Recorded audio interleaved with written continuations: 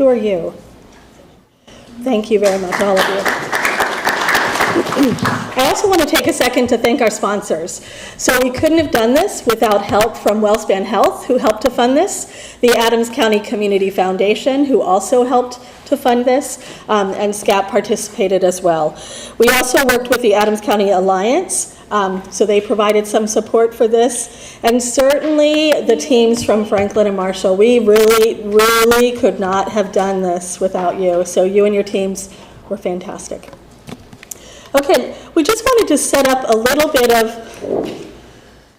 of this.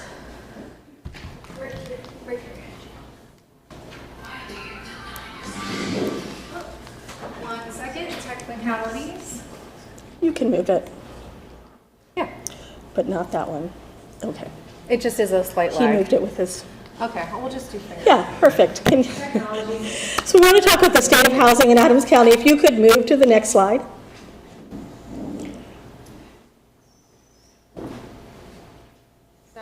Yep, thank you.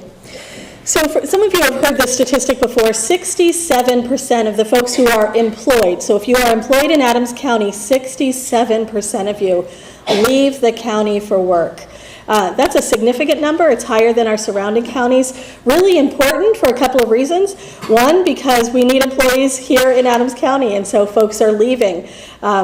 And we hear that one of the number one reasons is because they can earn more money if they leave the county, which is unfortunate and one of the complexities we have. Next slide.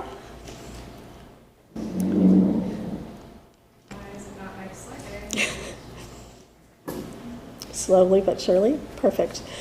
So we wanted to talk a little bit about some of the rental challenges that we saw. Now this information is going to be in the forum briefing document. That's going to be the document that's available to you. It's got the picture of the little child on the front. So we wanted to give you a little bit of a flavor of what folks were exposed to before they came to the forum in order to see it. And so this looks at rental challenges throughout the county. We compared data from 2010 to 2024, and you can see how much it has continued to increase. If you go to the next slide, we can talk about what that number looks like. So the average increase between 2010 and 2025 was 75%. So we saw a 75% increase in those 15 years. But it's really important to know that there was a 38% increase in just the last 5. We saw that during COVID. This has happened nationally, so rents went up significantly during COVID. So we're seeing that impact families who are renters. Next slide. We also see this with median home sales prices. So if you drive around, we were talking about this with one of our peers who works for the Foundation for Enhancing Communities. And we said, everywhere you go, you see houses that are 300,000 plus being built all across both Adams and Franklin counties. And she said she hadn't realized it, and now she's paying attention to all of those housing units that say affordable, but they're 300,000.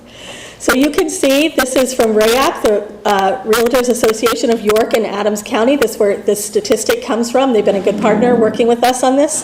And you can see in that upper right-hand corner, you'll see that Adams is in the yellow. Our housing prices are higher than Cumberland, York, and Franklin counties. So even though people are leaving the county, our housing prices are more expensive, part of the problem that we're seeing. Next slide.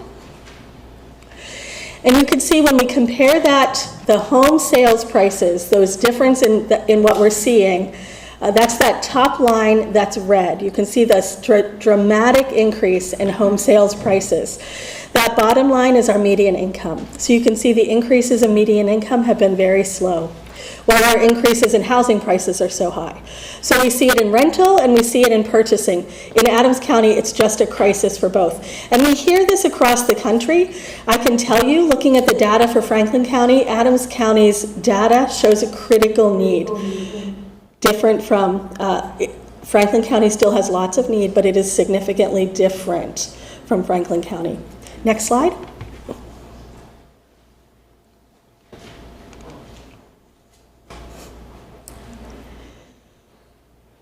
It's coming, yeah. This was one of the most impactful slides that we have, which is why I wanted to move. This one? The next one. The green Yes, this one, Sorry, yes. it's delayed. It is delayed, yeah. So we've seen some significant demographic shifts that have happened in Adams County. So we've seen a 17% decrease in families with children. We've seen an 18% decrease in our demographics. Those folks who are 35 to 54 have left the county. So our county is growing, but it's growing from external people coming in, and so our demographics look different. That top graph shows the number of households that are households of one. You'll see 25%. And yet, Sorry, just technical on the Zoom here. Why isn't it won't let me get from that side? Sorry, everyone. so 25% of our demographics are people living in a household of one, while 7% of our household units are a household, a zero or one bedroom. 40% are households of two, and yet you'll see significantly less, 19% of our households are households of two, which Stephen can tell you all about. You'll see our households of three are 15%, but 50% of our units are 3 bedrooms. And then you'll see another 24% are 4-bedroom units or above, and only 20%. There is this significant mismatch. While we're doing lots of development in the county, it's not being developed both for the sizes of households we have, and certainly not for the earning place that if you live and work in Adams County, you frequently can't afford to live here. So that's part of the quandary that we found. And this is part of the data that you'll see in the briefing doc that all of our participants received 2 weeks before the forum. So they were able to review that and come prepared when we talked about this piece. I'm going to turn it over to our experts who are going to be sharing with us the findings that we had from our amazing forum. They'll talk to you about how it was structured and then what we learned. Berwin and Stephen.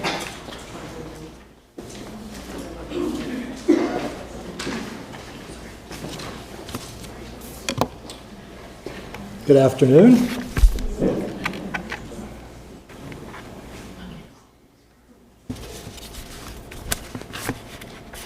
I'm drawing a blank. There it is.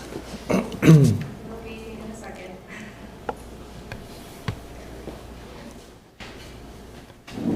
Yay. Thank you. My name's Bernard Yost, and I'm the director of the Center for Opinion Research at Franklin Marshall College. I'm here with my colleague Stephen Medvick, who directs our Center for Politics and Public Affairs. And we're going to talk today about the deliberative forum we held on housing.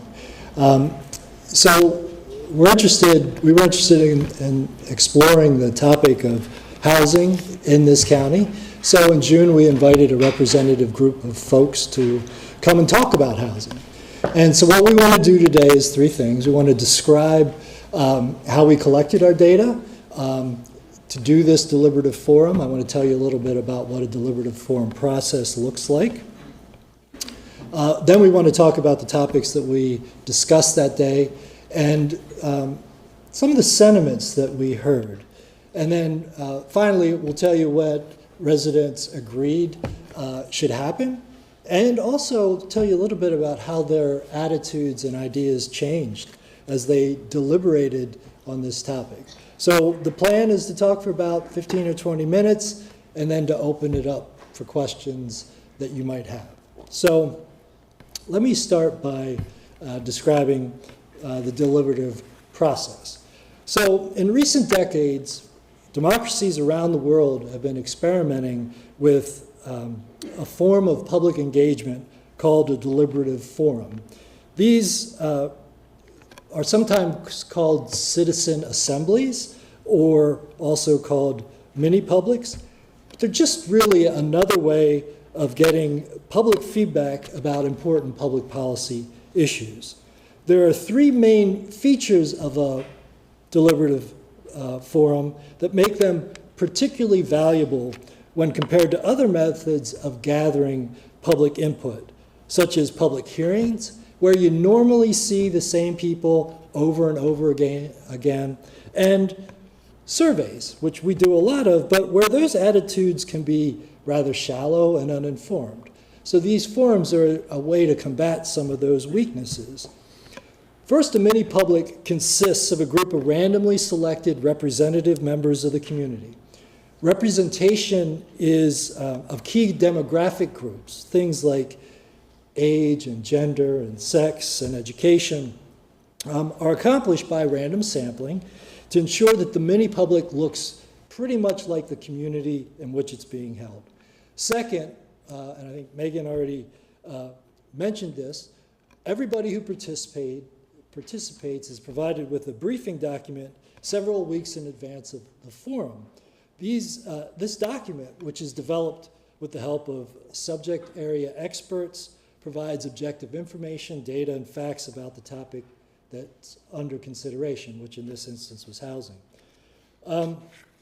This way, the forum participants arrive reasonably well informed and certainly better informed than the typical citizen about the topic. Finally, participants at the forum engage in deliberation with one another, guided by trained facilitators in an attempt to arrive at recommendations for the policy in question.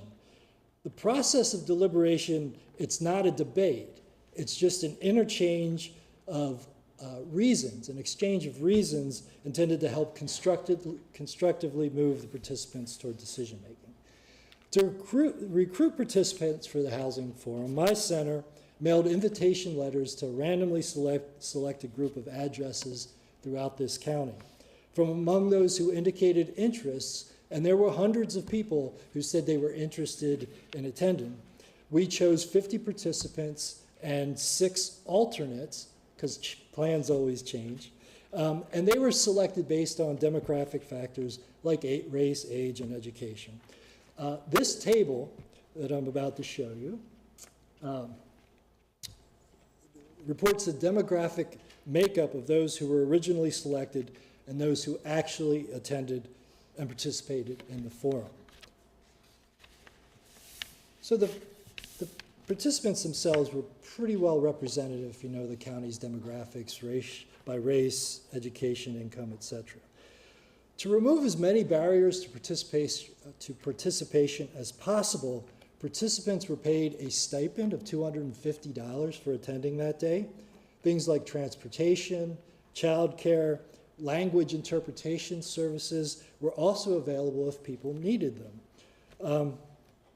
Stephen's going to give you a little bit more information about what we found, but that's the process and the ideas that we've started the recruiting with. So, Stephen, do you want to talk about what we found? Thanks, Berwin. Good afternoon, everyone.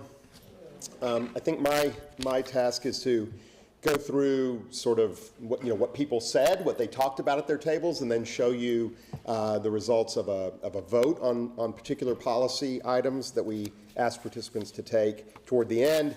And then when I'm done, I'll pass it back to Burwood quickly for he'll discuss the results of a pre-forum and post-forum survey that we did just to see how people's attitudes about issues in general and on housing may have changed as a result of the forum. I should say that, so I'm going to go through each one of the sessions, which are basically small group deliberations.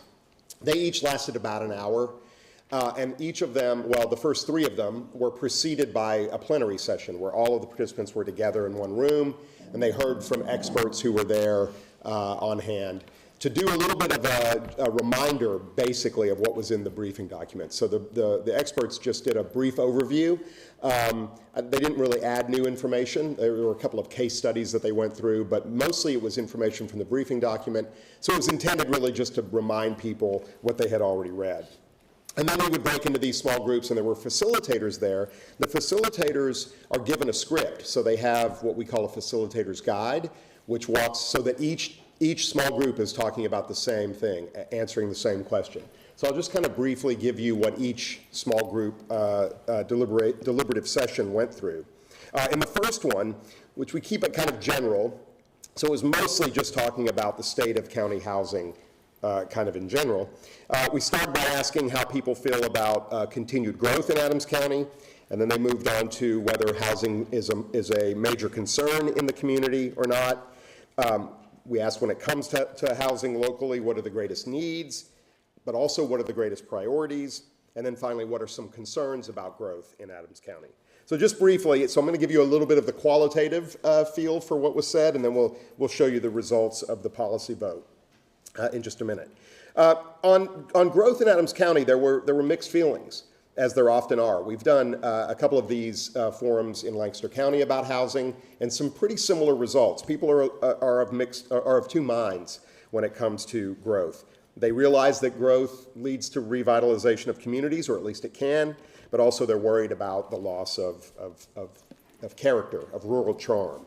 And they're concerned, and this was interesting, this came up very early in the day, and it was a recurring theme.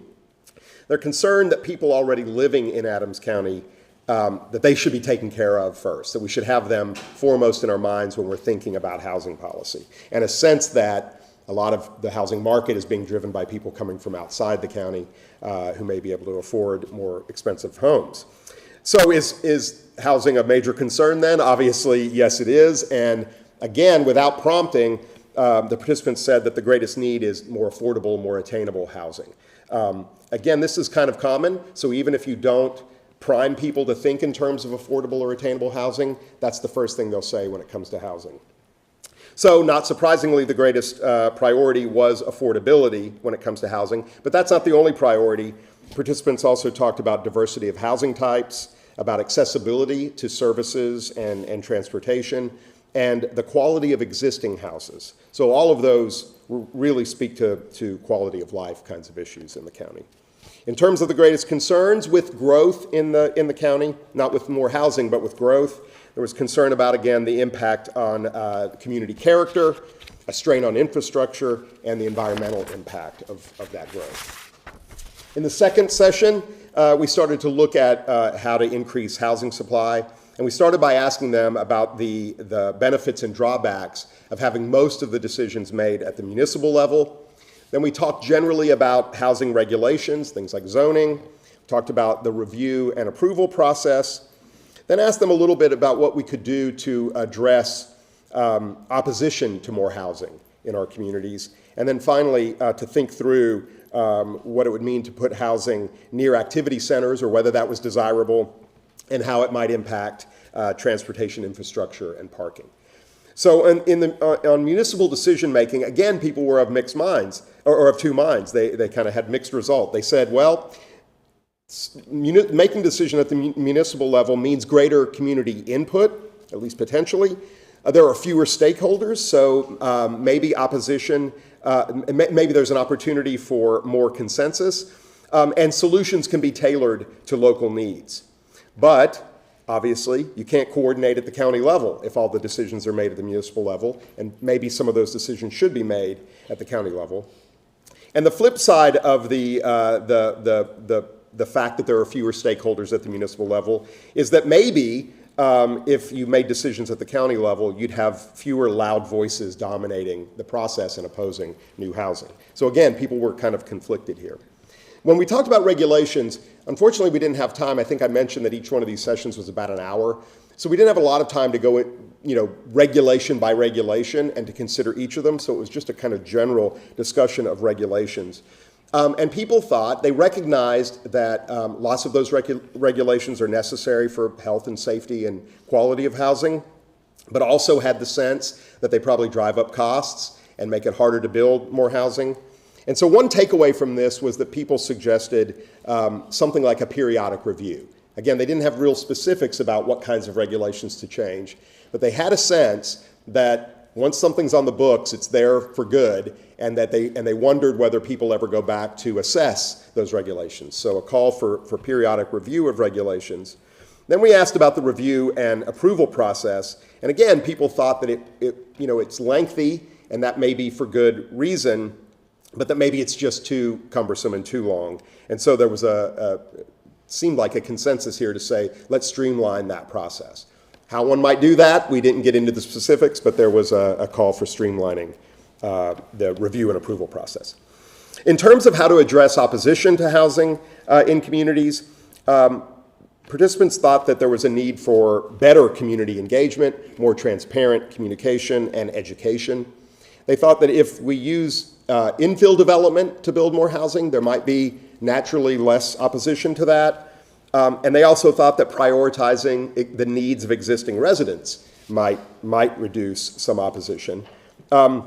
Interestingly, they also thought that if we had a bit more regional planning, maybe at the county level, that might also reduce opposition. In terms of putting housing near activity centers, there was enthusiastic support for this. People liked the idea of walkable communities, and they thought it would be nice to have housing near activity centers, near jobs, near services that people might need. But they realized also that not everybody would be able to walk to all the things that they need to do. And so there was also a discussion of the need for expanded public transportation options. This is another thing that in every housing forum we do, people just naturally connect housing and transportation. We don't have to prompt them to think about transportation. It just comes up because it's such a close fit. All right, in the third small group deliberation, we asked about how urgent the need is for attainable housing and also for affordable housing. We asked for the top considerations when thinking about more attainable and affordable housing. Also asked why some people might be concerned about affordable housing in their communities. And then finally asked them to think about density, because increasing density is probably going to have to be part of any housing solution. And so what did that mean and how to address that? So just briefly, obviously, attainable and affordable housing is extremely urgent in the county. It is, this is what most people say at all the forums that we've done. This is really kind of crisis level. When it comes to attainable housing, the concern here was that people who work in Adams County may not be able to afford to live here. And so there was real concern for people's ability to work and live in Adams County. With respect to affordable housing, the theme seemed to be that there was concern with increased homelessness if there wasn't enough housing for low-income individuals and families. Asking them what they thought the top considerations should be. Again, this idea of putting existing residents of Adams County kind of foremost in our minds is necessary. Also putting housing near services and activity centers. But a number of tables, a number of small groups said we probably shouldn't be isolating attainable and affordable housing. So finding ways to integrate attainable and affordable housing in all new housing developments would be a top consideration. In terms of why people might be concerned with affordable housing, participants thought there were misconceptions about the types of people who might avail themselves of affordable housing, and fears and concerns about maybe increased crime and drug use. People also recognized that there's out there, in the community, concern about property values, right? That people are worried about property values for those properties near affordable housing. And then finally asked about density. And here, participants thought that infill development and adaptive reuse was the way to increase density, a recognition that you would have to increase density and that would be the way to do it. There's also quite a bit of support for accessory dwelling units. In the final session, we started by asking them just generally what they thought the greatest benefits to the community of building more attainable and affordable housing would be. And this very clearly, people thought it would be support for the local workforce, that this would benefit both employees and employers, and that it was necessary to foster economic growth, for community stability, and for enhanced quality of life. And then, the rest of that time, the rest of that small session, we had people express their support or opposition to a number of very specific policy ideas. We told participants that consensus was the goal. It'd be nice to work toward consensus at their table, but that wasn't required. So if you couldn't reach consensus, that was okay. And so then they went through each one of the policy options and expressed support or opposition and gave some reasons why, just so that everybody had a chance to think these through before we had a vote on them. And so the next slide is the vote on these policies. These are the ones that clearly garnered most support. There's a few more that had less support, and in one case, even opposition, which is not listed here. I'll mention that in a minute. I think this is in maybe the findings. Is that right? So you can see this.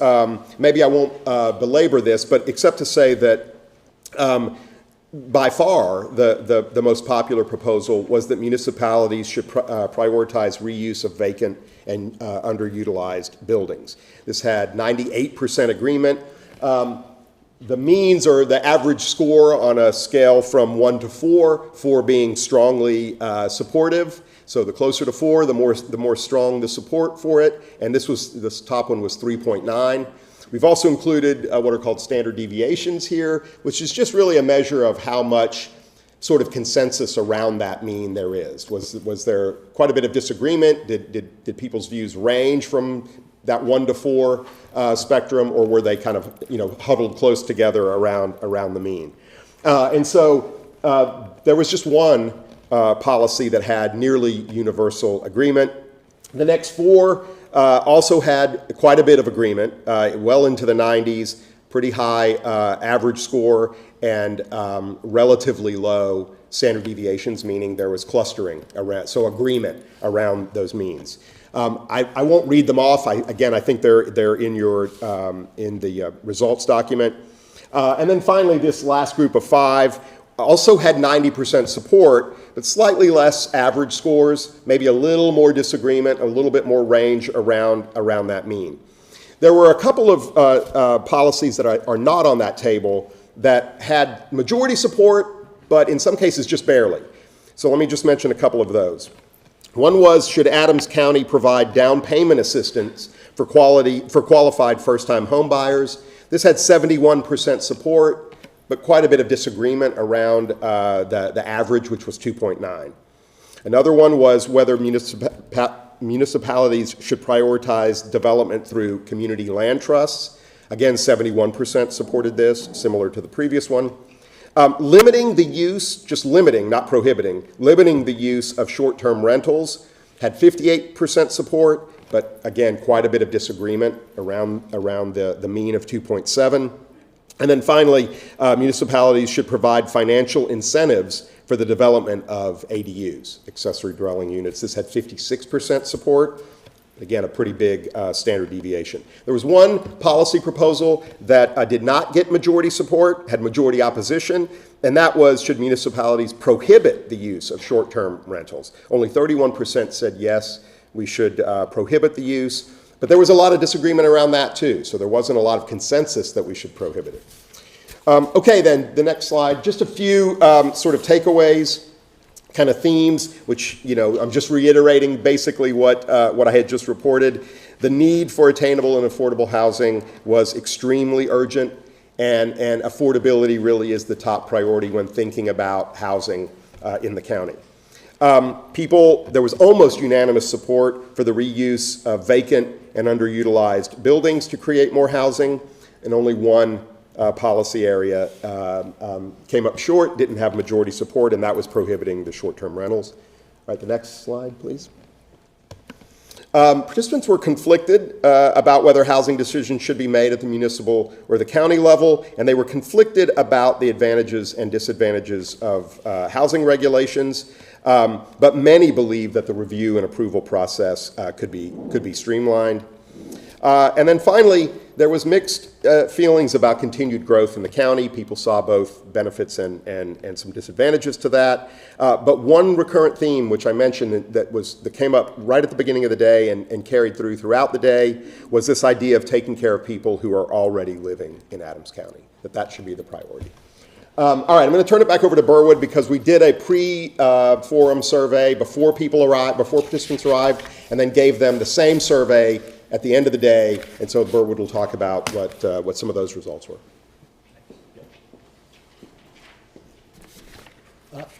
The results I'm going to talk about, the pre and post forum, is also included in here. You can see them starting, I think, on page 6, 7, and 8. Some of the way that some of the attitudes that people had that changed as a result of participating in the forum. The reason we did it was simply to track changes in general attitudes towards the issues we were discussing. I mean, there's no point in doing this if talking to your neighbors doesn't change what you think, or at least help you rethink an issue. And so we want to track whether or not that happens. And so I'll just run through a couple of things that stood out to me as being important. Prior to the forum, for instance, 2 in 5 participants thought housing was the most important issue facing the county. That's probably why they showed up. But even after the forum, more like 3 in 5, 60% thought it was the most important issues. 62% of participants strongly agreed before the forum that Adams County needed more housing. That was almost 90% strongly agreed after the forum. So the forum really brought to the fore the kind of intensity and the need for housing. I think among the most interesting result from the pre-post forum survey was the fact that 67% of the participants in the post-forum survey said they would prefer to live in a community where houses are small and closer together, but schools, stores, and restaurants are within walking distance. That is opposed to having larger houses that are spread farther apart and further away from those kinds of amenities. Just 48% had that preference before the forum. Also of note was the fact that 58% before the forum said that housing decisions should be made at the local level, the municipal level. 54% thought those decisions should be made at the county level following the forum. So that increased a good deal. When asked how much can realistically be done to solve the problem of housing affordability in the county, 51% said a great deal after the forum. That number was only 30% before the forum. Finally, and importantly, from the standpoint of a healthy democracy, 81% of participants said after the forum that the people of Adams County, regardless of where they live, are alike in more ways than they are different. Before the forum, 62% had taken that view. There were also large increases in the number of people saying they're very interested in hearing perspectives on major issues that differ from their own. And it is important and useful to have discussions with people we disagree with. So taken all together, when we look at the changes that we've seen, participants left the forum viewing housing as an even more important issue than they thought it was before the forum. Furthermore, they believe something can be done to address the issue, and they appear more willing to grapple with the issue, including with those whom they disagree, than they were before participating in the forum. I'm sorry. You want to go to the next slide? I had all that there. Sorry about that. Forgot to hit the clicker. So I think those are the major points, if we could go to the next slide, that we wanted to convey. I think we stayed pretty close to 20 minutes, which is amazing for 2 professors. So now we'll open the floor, I think, to questions. There were also, before we do that, several of the participants at the forum were there that day, and perhaps we open the floor to them if they have something they want to say about their experiences before we take questions from everyone else. So anyone who participated want to speak up? Yeah. It was a very good experience. I enjoyed meeting other people from Adams County. I'm a relatively recent migrant to Adams County, and I certainly didn't appreciate everyone's feelings about the place that they live before I had a chance to talk to them directly. Great, great, thank you. Anyone else?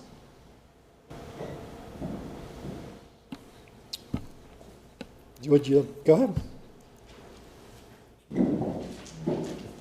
I think this was one of the most interesting, compelling, and well-organized forums I've ever been to.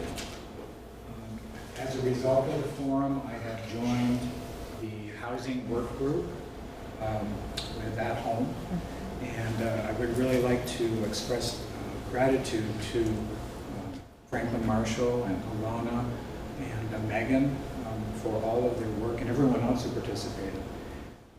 I was asked to speak for Group 10 at the end of the forum, and I kept my notes that I wrote about it. And I'd like to read this again. They're asking if you could be a little louder. Or get on the, or on the mic. Do you want to go up to the mic? Sure. Thank you.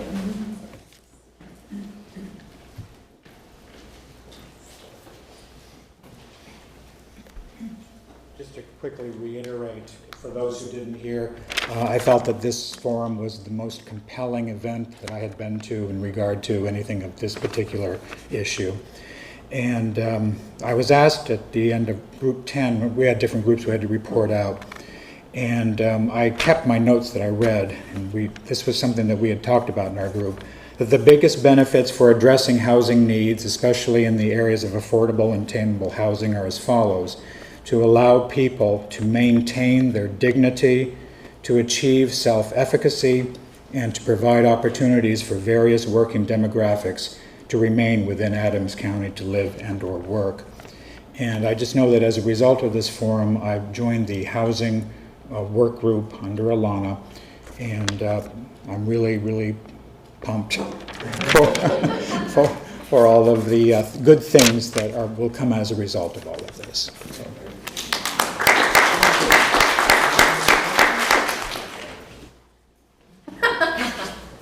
Other questions? Yes. There are ways of the deliberative forum, as it was described, and the mechanics of it. There were forums similar to that used out west in the water areas when they were discussing water, and it was used to force a final answer that was determined ahead of time. So these types of forums got some really negative press.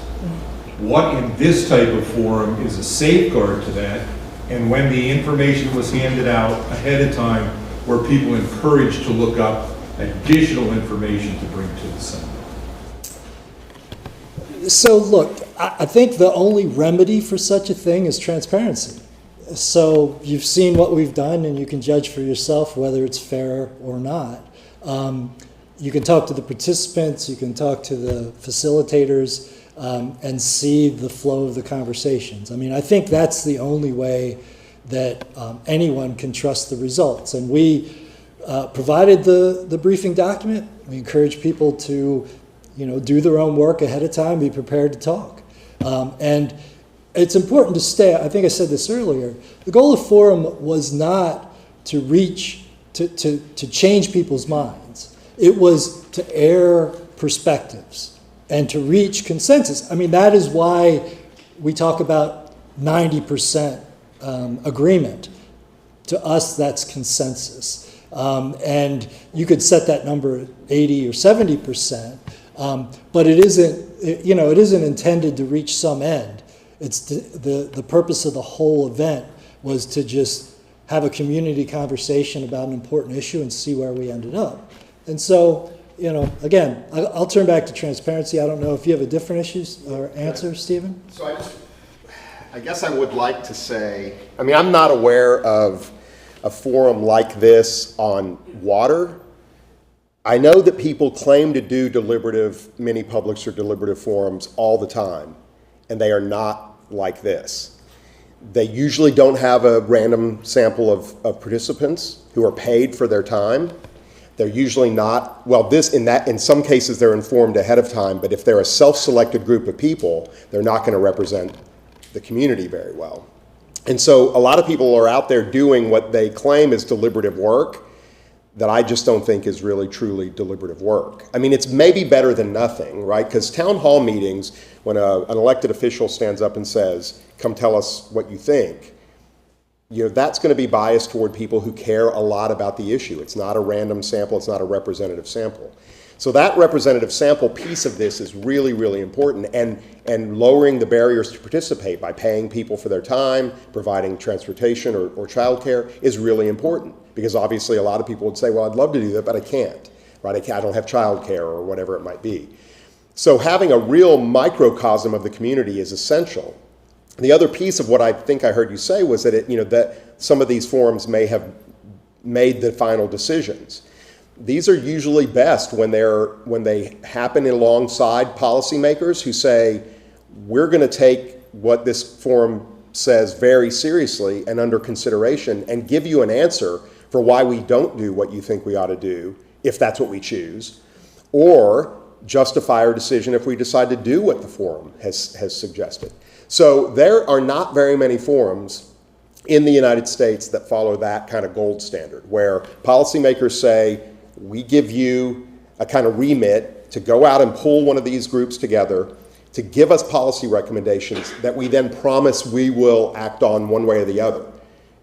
We're not going to just rubber stamp what the group says, but we're going to explain to the public why this random sample of people, why we're not going to do what they said or why we are going to do what they said. So I guess all of that is to say that there are a lot of places along the way where when you use this kind of process, it can kind of fall off the rails and not be the kind of gold standard that I have in mind.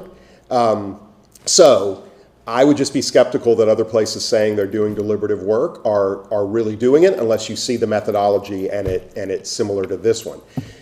I'll be frank that in the forums that we've done, what we would love to have is policymakers from the very start saying we're going to be there, fully supportive, and we will act on the recommendations that get made. That's been a one piece of this that we'd like to see changed in the future. But still, the results of these forums like this can be taken to policymakers to say, what do you think? Here's a group of randomly selected people in your community, and here's what they think ought to happen. Can you respond to it at least, right? So hopefully it forces some action.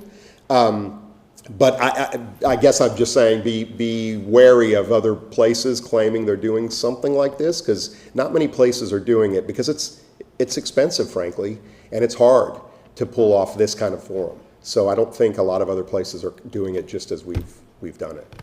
Thank you for taking Sure. the time to Yeah. make those Sure. clarifications. It's appreciated. Sure. I've got 2 questions from the chat. So the first question is, can you speak to the value of the facilitators in what could be a volatile discussion in those groups? Which was a concern that we had. Yeah. Yeah, well, ideally, I think our facilitators at this forum were fantastic. And I think they were natural facilitators. And so that's what we've relied on pretty heavily to this point. When we've done them and we've partnered with an organization, we've said, can you find some people who are going to be good at this sort of thing? We do a quick 1-hour little training just to sort of remind them of how deliberation and a deliberative forum is different than any other kind of conversation you might have. But ideally, again, if we were doing the gold standard, we'd have facilitators that have been trained for 25, 30 hours who have lots of experience in doing this kind of facilitation. But I'm convinced that the facilitators here, especially, but in all the forums we've done, are just naturals. They're just very good. But what they're told in that hour that I have with them ahead of time is it's very important that everybody at the table feel like they can share their perspective, even or maybe especially if it differs from everybody else's. Because as Burwood alluded to earlier, deliberation is not just a conversation. It's certainly not a debate. We like to call it an exchange of reasons. Tell me what position you have, but more importantly, tell me why. Because it's in the exchange of reasons that you can kind of see people sort of saying, well, that's a good point. I can kind of agree with that. And there's movement in the exchange of reasons. And so the facilitators knew to highlight that. But the facilitator's role is essential in this process. Yes. Another question from the person who just submitted the first one.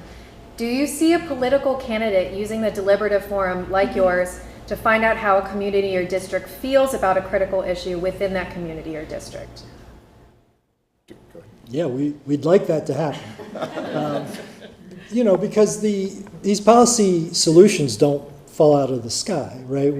We often know what kinds of things are possible, and we tested those, right? And so, as Stephen said, our hope is that someday policymakers will take these seriously and talk about why they think that those are good ideas and why they think they aren't.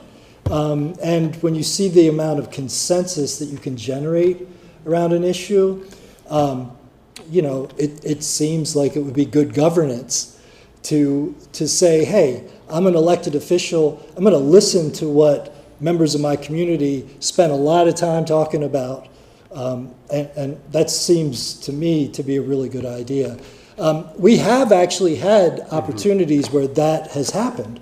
We did a deliberative forum for the city of Lancaster, their strategic plan, their 20-year land use comprehensive plan. And we did it with the city, and they took those recommendations and built them into their plan. So it can be done, it has been done, it should be done.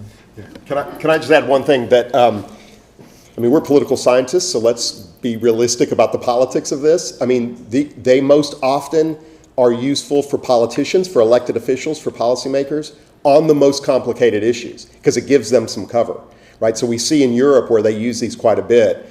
The most successful ones are ones where policymakers said, I don't know what to do here, or I don't want to touch it because it's hot. And so let's let the public first dig into this and give us their considered judgment.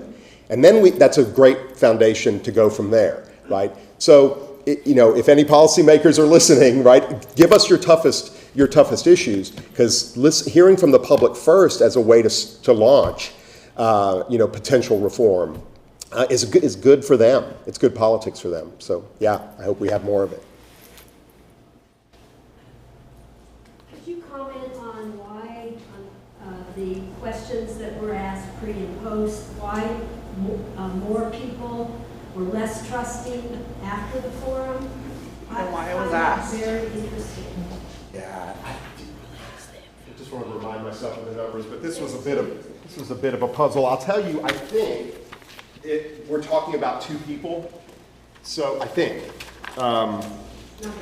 number 16. Yeah, that change of 4 percentage points is represented by 2 people probably in the sample. And so, there's a little bit of slippage sometimes. People wake up in a grumpy mood and they say, I'm less trusting than I was, a week ago when I did the survey. It's hard to know. It could just be a little bit of, what we would call kind of measurement error. But It's still 80%. Yeah, you're right, saying, right. right? Almost, yeah, almost. I didn't view that as a big change. But it is interesting. It is. Along with that, though, why ask that question? Like, what was the purpose behind asking that question? Well, remember, this is about not just housing. It's about in case you haven't noticed, our political discourse ain't so good. And so I think we'd like to improve people's conversations around complicated policy issues. And so we ask questions like that to see if these sorts of things can bring people together. And, the results, generally speaking, are that people enjoy hearing other perspectives, and it certainly changes their own perspectives. Yeah, and has been the case in the past in other places where there's less consensus on those kinds of questions pre-forum than you would like. People are a little bit distrusted. But we had 81% in the pre-survey who said they were already trusting. So that's a really high number, as Bergen was saying, right? So in general, though, what we see is a lot of movement in terms of people's view that, hey, people I disagree with aren't so bad. I can trust them more than I thought I could. Or these kinds of conversations are worth having. Going in, I wasn't sure what they were because we were just going to kind of yell at each other. But it turns out people are pretty civil and pretty nice, and there's more common ground than we thought. So we like to demonstrate that, which frankly is pretty easy to demonstrate, right? Because in a setting like this where you have civil discourse, people feel good about it when they leave. It is often the case that when we have these forums that the groups of people who meet actually continue to talk after the forums. They build friendships and relationships. So we've done these in a lot of places, and we see that same sort of pattern too. It's interesting. One last question from the chat really quick, is that fine? They had a question of, is there a way to streamline this process so that it is affordable and accessible to political candidates? We try to make it as affordable as possible. Because, I mean, as you know, how many hours did it take us to build the briefing document? Months? Yeah, it took, we started building the briefing document in January, and we finished it. April 30th? I mean, no, May 17th. The May day it was supposed to go 17th to we the printers. finished it. And that was, we met once a week to keep it moving, and there was stuff between the meetings to produce the content. So, you know, for me, I know it seems like a big cost, but a lot of people are putting a lot of time into doing it, and it's worth it for the outcomes that we see, for the engaged debate. But then again, I mean, maybe there are things that we could do. We've done multi-day forums, which makes the unit cost lower.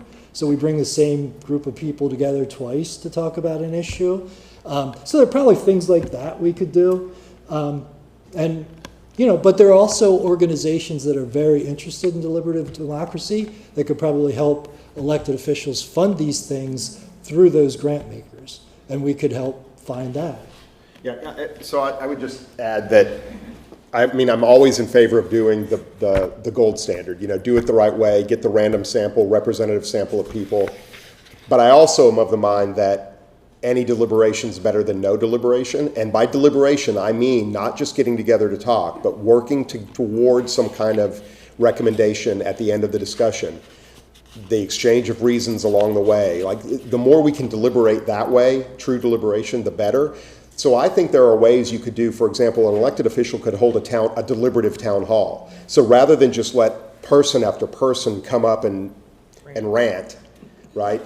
A self-selected group, probably the same people who come to all the events, have it where, you know, you're going to spend the first hour of the town hall with a mini briefing document. People are going to sit at a table. They're going to read it through. There's going to be a facilitator there. They'll deliberate a little bit amongst themselves. Then they'll report out. That would be way more valuable in a town hall than just the normal model. So there's ways you can do deliberation on the cheap, let's say, right? Real quick question. So I know that, first off, I want to thank you guys for your work and for At Home for doing this. One thing that in the demographics of how you guys selected, did you take into account regional aspects of the county where folks live? You know, I think Adams County is unique in the sense, and this is kind of maybe a two-part question. Adams County is unique in like different pockets of different, and every county is this way, Yeah, obviously. it is. You That's know? right. And I think it's one of the challenges when you bring it just to a county level. But whenever you were in the subsect that you guys picked, did you take into account where folks lived in the county? Yes. And was it Yeah, diverse?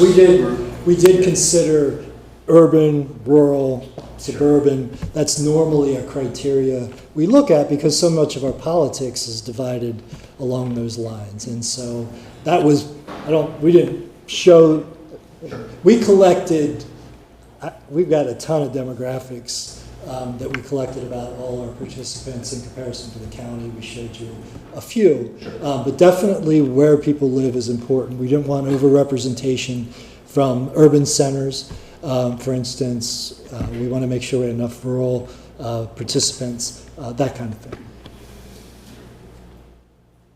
Yeah. I'm aware of local debate, which is, my question maybe is less to the presenters and more to the local folks. Locally, there's debate about what's motivating the construction of new housing and who that housing is designed for, which sounds kind of different from what the deliberative process came up with. So the question is, how is it being brought to the attention of those in the local area who might be influenced by such information?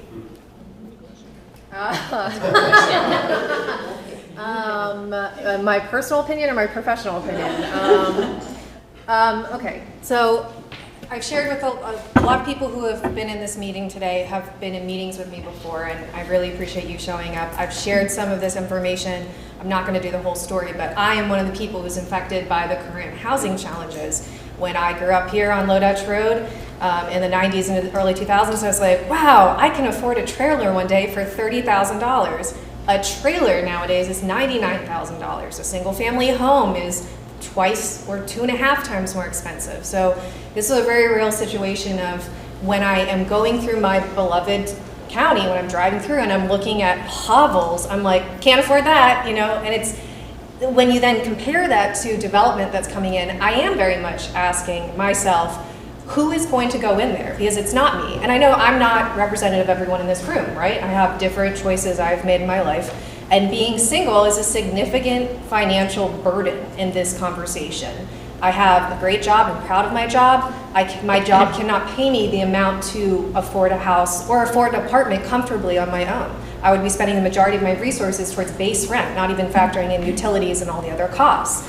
So that is the kind of like the cognitive dissonance. Like, I see this incredible idea coming forward, and yes, from my perspective, how cool would it be for me to walk from SCAP to an apartment complex? I would like a new modern apartment complex in comparison to some of the units I've seen on the market.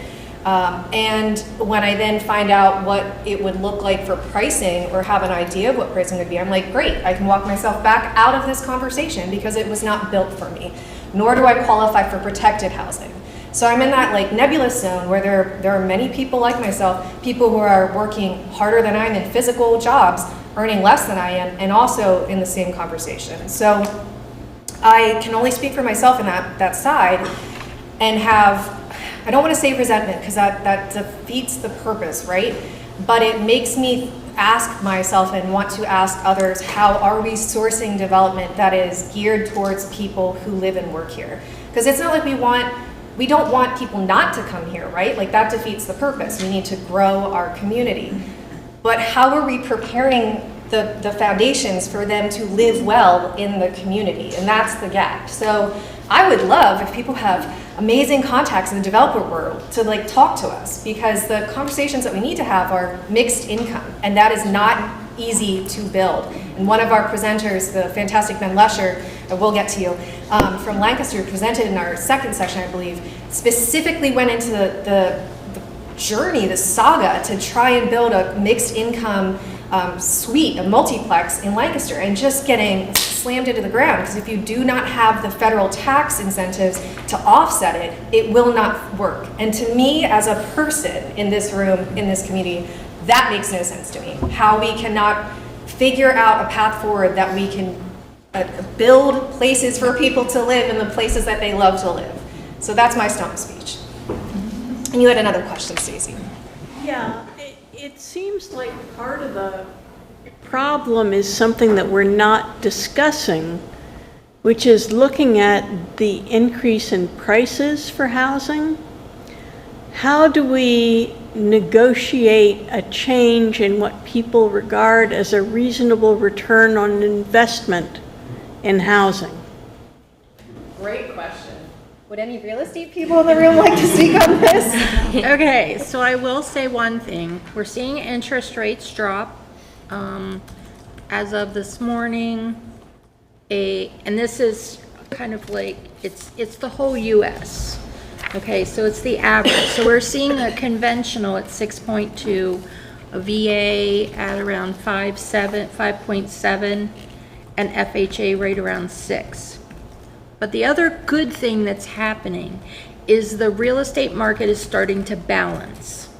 So you're going to see a lot of prices dropping. I'm seeing it everywhere. It may not be where you need it to be right now, but it is happening. Houses are staying on the market longer. When everything is balanced, they sit for about 90 days. So it's going to take a while, but I'm seeing them sit for 4 or 6 weeks. So we're out of that. 7 days was where we were at when we first gathered this data in January of this year. 7 days was the average rent. I mean, it's crazy. Yeah.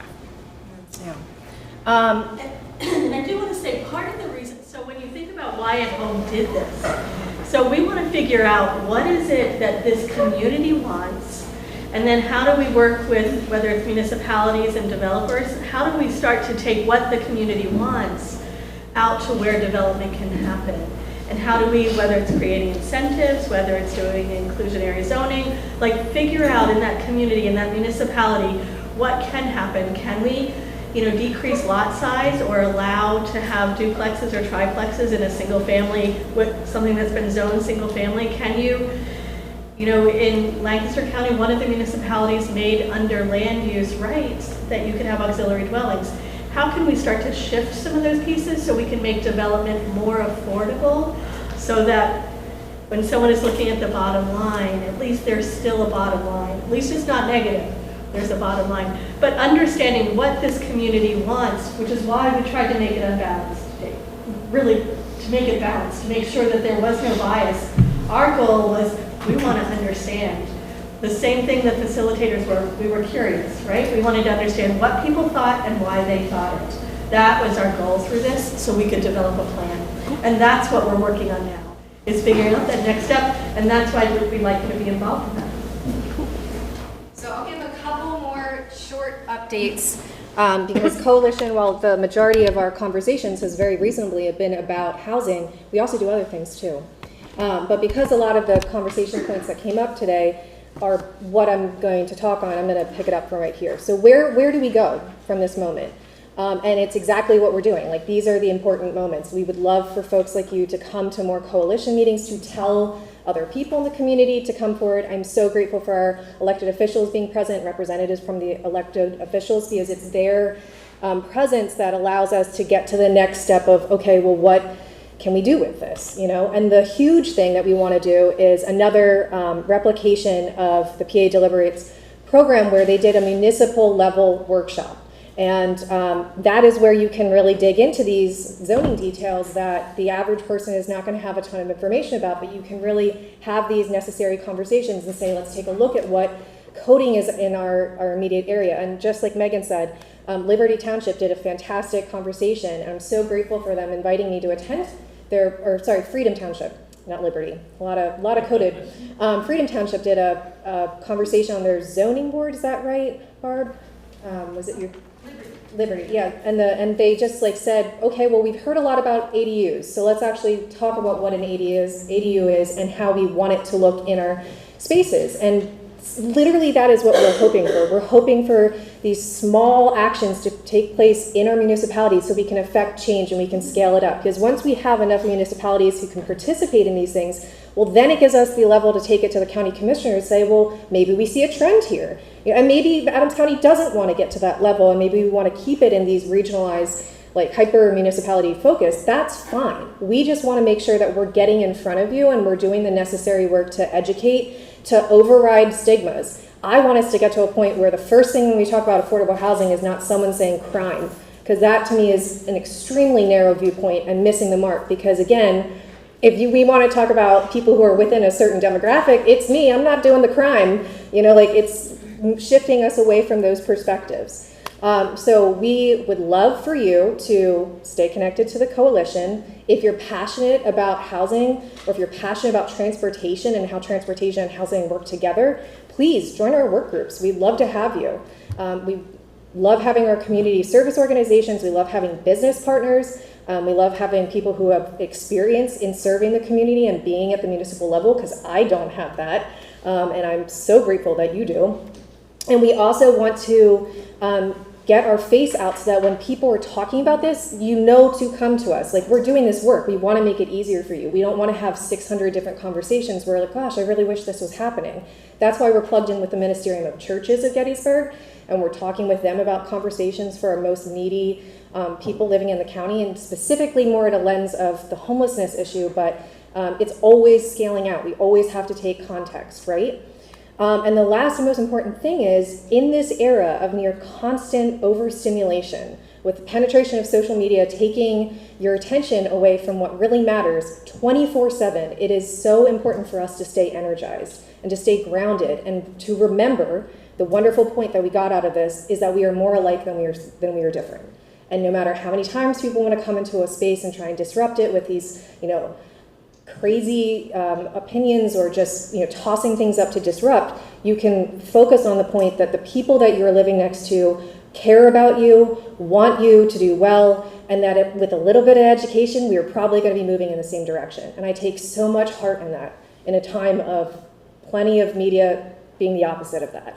So I would love for us to do a little table exercise, a little bit of the deliberation ourselves, and I'd like for us to think about out of the solutions that you heard about today, the ones that we presented to the forum, what do you think in this room are some of our top 5 solutions? So I'd like to take 15 minutes and for you to talk amongst yourselves and your groups and just come forward with what you think makes sense. And if you don't see a solution on there that you think makes sense, tell us about it, and we can do a break and just have some people share. And we're going to replicate it ourselves. And people on Zoom, if you want to also participate in this, the slide is coming.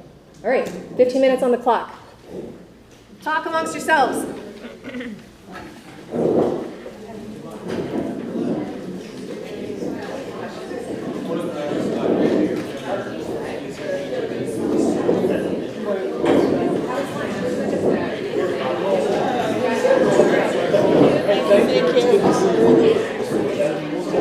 Yes, we will.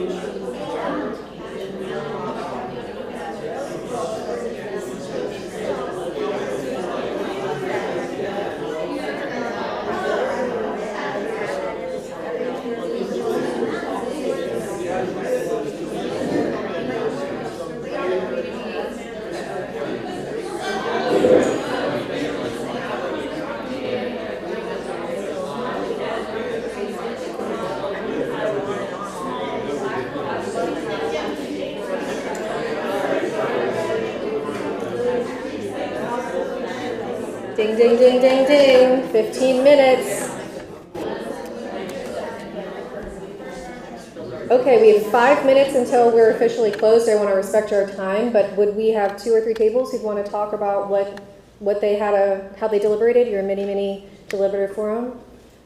And I'd like to take any notes if anyone's willing to give me their notes, because this would be great data insight for us. But yes, I think I see a hand. Is that a hand from Mr. Laughlin? That's a hand. That's One of the things we looked at is, were these all separate items? Because some of them conflict. You have that number 1, reuse of vacant, underutilized buildings. There's no way you're going to get affordable, attainable, standard, and enhanced housing all in the same building. Right. That's a reuse. That has to be planned from the start. Because you have to draw the people that are going to pay the higher amounts into a building where people are going to be in an affordable situation or subsidized situation.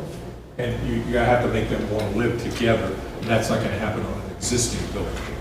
But that was one of the ones that so we had that discussion initially. The second one, we chose number 1. Number 2, we had some input from Safe Housing, that they have grants that they can't use for people in mobile homes in order to fix their stuff because of the way the rules are written. Oh, wow. There are people that need that, they have grants, but they can't use them for that. So there has to be something done on a micro level of number 2. Yeah, great. In order to expand the usability and the viability of that as a choice. Number 3, and I will point out that we also picked number 5 and number 7. They all begin with municipalities. Okay, municipalities are the 3 guys or 5 guys sitting there in their borough council or township supervisor meeting, and they come with their ideas, whether or not they hear their people or they have their own ideas. And we've seen that play out numerous times in the last couple of years. Yes. But the municipalities, smaller lot size for tiny homes and starter homes, there'd be a lot of talk as to what's a viable version of that. Sure. Especially if you're having sewer and water as part of that electricity availability, because one small house is going to still have the same appliances as a larger house. Sure. You're just going to have more of them in a smaller area requiring more power. So there's a lot of discussion for utilities that has to go on prior to that or in conjunction with that. And then the last one, infill of vacant lots. If the developer already made his money back, why would he make the people mad, put more houses in there, and have to hear the grief? So there has to be a change of heart, a change of view, a change of urgency, a change of value to them in order to be able to put additional housing in those. Excellent. Thank you. Thank you all. I think I represented us. I think you did a great job. Yes, in fact. All right, I'm gonna send you one more Kind thing. of got into a loop that kind of falls into the municipalities allowing duplexes, triplexes, and basically changing the zoning for current land uses. We talked about the fact that Airbnbs do it right now. Now, granted, they're probably supposed to have exceptions, but most people don't. And so if townships maybe were willing to allow most of the housing in the county being 3 bedrooms or 4 bedrooms, giving landowners or homeowners funding or breaks to be able to modify their home, if they only need a 2-bedroom home, to be able to separate their home in a way that they can rent out to somebody else who needs a 2-bedroom home. And we talked about the senior pods that were trialed in some of the counties in Pennsylvania. Did not go as well as they thought, but that's because the exclusions were so strict that it was for seniors who were related. And, but if you opened it up to your young daughter and son-in-law who just got married and needed to move into that pod until they could afford, you know, if the townships would be willing to look at being a little bit more novel in their zoning processes, that might open up some things that are already there that could be used in different ways. Yes, and that's a huge focus for us as we go forward is let's identify the easiest steps that we can take, the ones that are going to cause the least amount of headaches and be the most natural opportunities. And actually, I want to brag on one of our core partners is the Adams Economic Alliance has a fund available called the Home Buyers Assistance Loan, and it's a 0 interest loan. Am I saying that right, Brady? 0 interest loan.